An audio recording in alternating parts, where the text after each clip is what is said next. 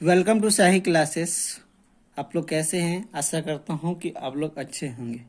पिछले वीडियो में हम शैलो का संयोजन पढ़े थे, जिसमें हमने श्रेणी क्रम संयोजन पढ़ लिए थे। अगर आप वो वीडियो नहीं देखे हैं तो प्लेलिस्ट में जाके आप लोग देख सकते हैं। तो आज हमें पढ़ना है शैलो का पार्श्व क्रम संयोजन। तो देखिए इसका क्या होता है। दो या दो या दो से अधिक दो या दो से अधिक शैलो का ऐसा संयोजन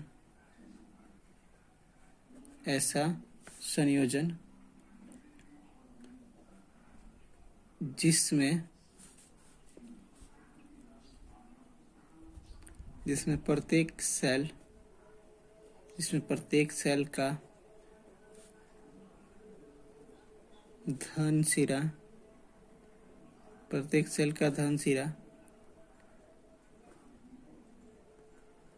एक बिंदु से तथा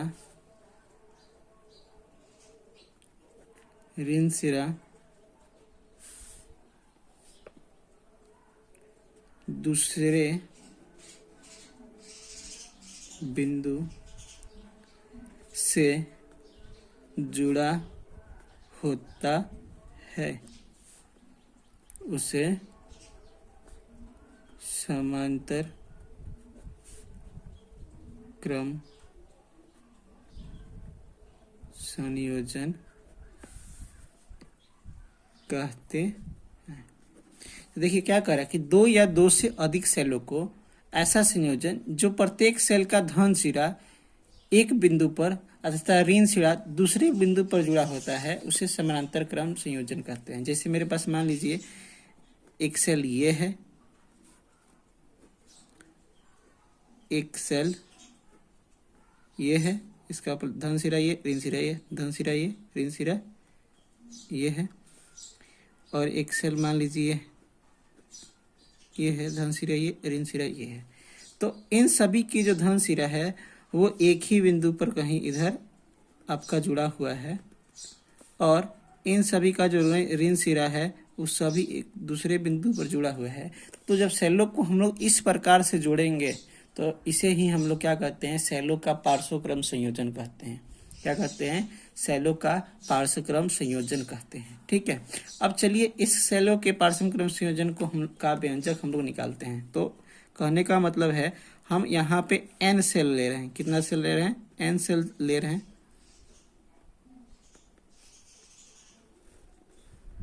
ये हमारे पास क्या है? n सेल है प्लस माइनस। इसको एक हम लोग बाह्य चालक, बाह्य प्रतिरोध R से क्या कर दे रहे हैं? जोड़ दे रहे हैं। ठीक है, इस सेल का भी विभवांतर विद्युत बल एप्सिलॉन, इसका भी एप्सिलॉन, इसका भी एप्सिलॉन, इसका भी एप्सिलॉन। आंतरिक प्रतिरोध R, सभी के आंतरिक प्रतिरोध क्या है? R है।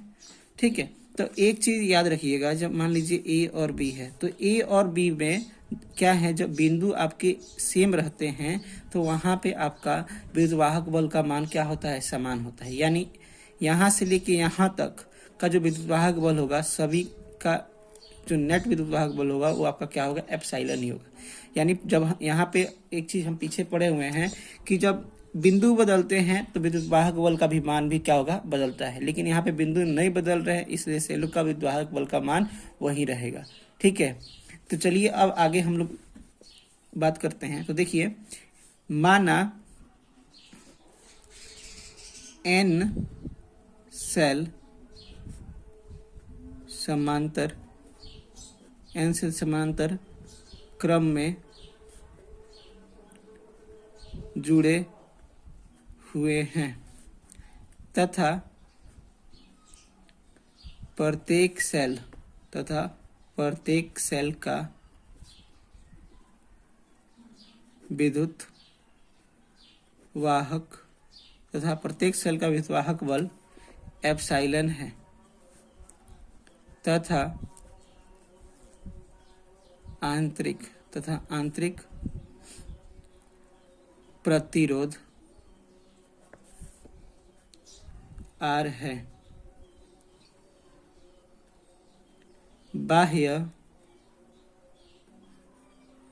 प्रतिरोध R के साथ जुड़ा हुआ है। यानी देखिए क्या लिखे है, माना हमारे पास क्या है, n सेल हैं, उन सभी सेलों के जो प्रत्येक सेल में का जो विद्युतवाहक बल है वो क्या है, एप्सिलॉन है, और उन सब सेलों के प्रत्येक सेल का आपका आंतरिक प्रतिरोध कितना है, R है, और ये सभी के सभी एक बाह्य प्रतिरोध R से क्या है, जुड़े हुए हैं। ठीक है, तो हमें पता है कि एक सेल का विद्युत वाहक बल, एक सेल का विद्युत वाहक बल कितना है आपका, एप्सिलॉन है। ठीक है, तो सभी सेल समांतर क्रम में जुड़े हैं, इसलिए यानी जो सभी सेल हैं किसमें जुड़े हुए हैं, समांतर क्रम में जुड़े हुए हैं, तो आपका एप्सिलॉन नॉट का जो मान आएगा वो क्या हो जाएगा, एप्सिलॉन ही हो जाएगा। यानी एन सेलों का जो विद्युतवाहक बल होगा कुल, वो कितना होगा आपका, एप्सिलॉन के बराबर हो जाएगा। तो इसको समीकरण 1 मान लेते हैं। अब आगे बात करते हैं, तो आंतरिक प्रतिरोध किसमें जुड़ा हुआ है, आंतरिक प्रतिरोध समांतर क्रम में लगा हुआ है, समांतर क्रम में है। आंतरिक प्रतिरोध जो है आपका वो किसमें है, देखिए इधर R सभी क्या हैं, समांतर क्रम में जुड़े हुए हैं। तो हमें पता है कि अगर मैं कुल आंतरिक प्रतिरोध निकालता हूँ तो क्या होगा, ये बट्टा में आता है 1/R नेट, बटा में 1/R प्लस में 1/R प्लस में 1/R, ऐसे ही अनंत तक जाएगा 1/R तक। तो अगर मैं 1/R नेट की अगर देखता हूँ तो कितना आ जाएगा आपका, n बटा में R आ जाएगा, और यहाँ से R नेट अगर मैं निकालता हूँ तो क्या आ जाएगा, R बटा में n आ जाएगा। ठीक है, तो ये इसको हम लोग समीकरण 2 मान लेते हैं। यानी देखिए कुल विद्युतवाहक बल आपका एप्सिलॉन आया है, और कुल प्रतिरोध आपका कितना आया, R बटा में n आया है। ठीक है, तो अब सेल का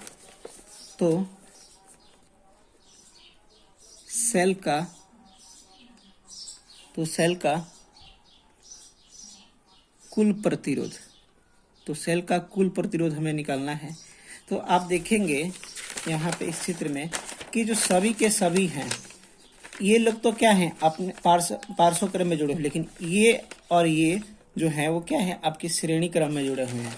तो यहाँ पे कुल प्रतिरोध क्या हो जाएगा आपका, R प्लस में R बटा में n, ये हो जाएगा आपका बाह्य प्रतिरोध का, और ये हो जाएगा आपका पार्श्व क्रम में जितने भी सेल जुड़े हुए हैं वे वाले आंतरिक प्रतिरोध। ठीक है, तो यहाँ से हमारे पास कुल प्रतिरोध आ गया R प्लस में R बटा में n। अब यदि सेल में धारा I प्रवाहित होती है तो I बराबर में क्या हो जाएगा, कुल विद्युत वाहक बल बटा में कुल प्रतिरोध। तो देखिए कुल विद्युत वाहक बल हमारे पास कितना है, एप्सिलॉन है, और कुल प्रतिरोध देखिए कितना है, R प्लस में R बटा में n है। ठीक है, अब थोड़ा सा इसको एलसीएम लेते हैं तो देखिए क्या हो जाएगा, एप्सिलॉन बटे में n R प्लस में R बटा में n। अब ये n कहाँ चला जाएगा, आपका ऊपर चला जाएगा, तो क्या हो जाएगा, n एप्सिलॉन बटे में n R प्लस में R हो जाएगा। यही आपका आ जाएगा पार्श्व क्रम में संयोजन में आपका धारा का मान निकालने के लिए सेल का। ठीक है, thank you for watching this video आपको कैसा लगा प्लीज़ कमेंट करके बताइए। मिलते हैं अगले वीडियो में।